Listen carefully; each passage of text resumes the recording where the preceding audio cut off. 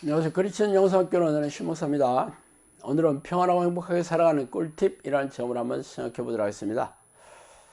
평안하고 행복하게 살고 싶은 게 모든 사람들의 로망이죠.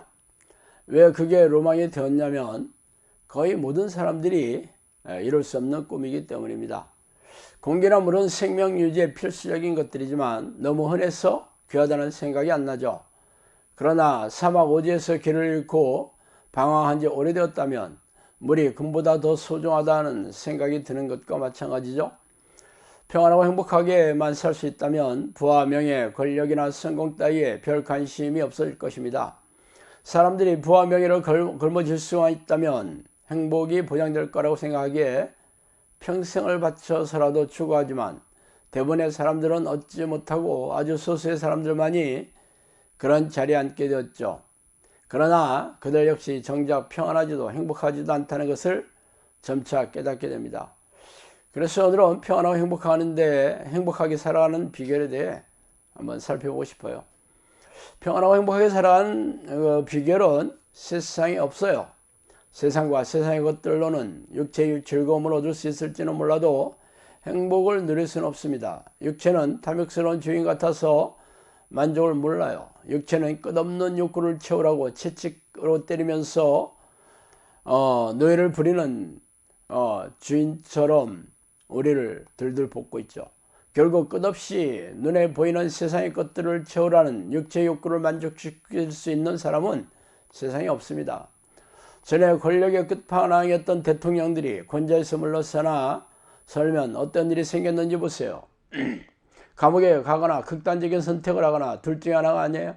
그들이 대통령에 오르지 않았다면 부와 명예를 누리다가 이 땅을 떠나갔을 터인데 말이죠. 그렇다면 재벌 회장은 어떻습니까? 그들이 회장 자리에 있을 때는 수많은 사람들의 접대를 받으며 산의 진리를 먹고 럭셔리한 펜트하우스에 살면서 만족스러웠는지는 모르겠어요. 그러나 이런 삶도 1년이 지나면 만족스럽지 않은 게 사실입니다. 대부분의 재산도 자신이 살았을 때 사라지는 경우가 많으며 자식에게 물려주고 죽을 때 한 푼도 가져가지 못하는데 아쉽고 억울해하지 않았을까요? 그러나 우리 같은 서민이야 억만장자의 생각을 알 수는 없습니다.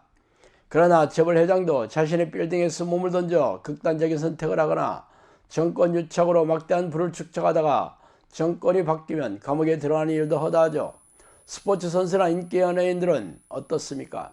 그들의 재능과 미모는 당연히 오래 갈 수가 없죠. 운동선수와 연예인들은 짧은 육체의 전성기에 부와 명예를 움켜잡아야 하며 그 인기를 바탕으로 평생을 우려먹어야 하기에 말이죠. 말하자면 당신이 우상으로 추앙하는 이들도 행복과 평안과는 거리가 먼 삶을 살고 있다는 말이죠. 그러니 육체를 지닌 사람들이 행복과 평안을 누리는 것은 실로 불가능한 일이 아닐 수 없습니다. 그런데 저는 그런 삶을 살고 있다고 해도 과언이 아니에요. 물론 제가 가진 재산은 거의 없으며 목사가 명예가 있다고 생각하는 이들도 거의 없잖아요. 그러니 부와 명예도 없는 제가 행복하게 살 수 있다는 게 기이하잖아요. 그래서 오늘 어떻게 제가 평안하고 행복하게 사는지 그 꿀팁을 말씀드릴게요. 평안과 행복의 기준은 무엇입니까? 바로 마음의 상태죠. 그러므로 부와 명예와 상관없이 마음이 평안하고 만족스럽다면 행복하게 살고 있다고 말할 수 있겠습니다. 즉 평안하고 만족스러운 마음의 상태가 매일매일 유지되는 게 바로 행복의 조건이죠. 그러나 사람들의 욕심은 끝이 없고 현재는 만족할지라도 지금의 상태가 앞으로도 지속된다는 보장이 없습니다. 그래서 불안해하거나 걱정하고 염려가 슬금슬금 들어오게 되죠. 많은 이들이 행복의 조건이라고 여기는 것이 건강과 단란한 가정 그리고 충분한 재산이겠죠. 죽을 때까지 건강하게 사는 것이야 누구나 바라겠지만 그런 사람은 극소수이지 않아요? 사람은 나이가 들면서 면역력이 떨어지고 각종 성인병을 비롯한 고질병과 불치병을 앓게 되게 말이죠. 또한 가정이 행복한 보금자리가 되려면 가족들이 서로 사랑하고 불쌍히 여기는 마음이 변하지 않아야 합니다. 그러나 효심이 가득 찬 자녀들도 성인이 되면 부모 곁을 떠나고 부부간의 사랑도 영원하지가 않아요. 재산은 말할 것도 없죠. 평생 충분한 재산을 모으는 것도 실로 어려운 일이지만 설사 쌓아놓았다 할지라도 평생 관리하며 돈 걱정 없이 사는 이들이 몇 명이나 됩니까? 그래서 대부분의 사람들은 행복이란 꿈에 불과한 게 우리가 마주한 차가운 현실입니다. 그러나 세상에서 말하는 행복의 조건과 상관없이 마음이 편하고 만족스럽기만 한다면 행복하지 않아요? 저는 사람들이 말하는 행복의 조건은 턱없이 부족하지만 그래도 마음은 편하고 행복합니다. 그 비결은 하나님과 동행하는 기도의 습관을 들이고 나서부터예요.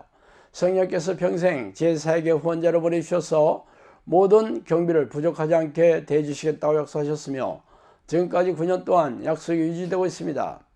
그러므로 앞으로도 제가 기도의 끈을 놓지 않는다면 사역의 필요는 물론이고 먹고 사는 것을 걱정하지 않아도 되겠죠. 또한 가정의 행복도 마찬가지예요. 저는 스라의 자녀가 없고 오직 아내와 단둘이 살고 있어요. 성령께서 제 아내를 배필로 주셨다고 말씀해 주셨으니까 하나님께서 우리 부부의 관계를 악한 영에 훼손하지 않도록 지켜 보호해 주실 것이 분명합니다.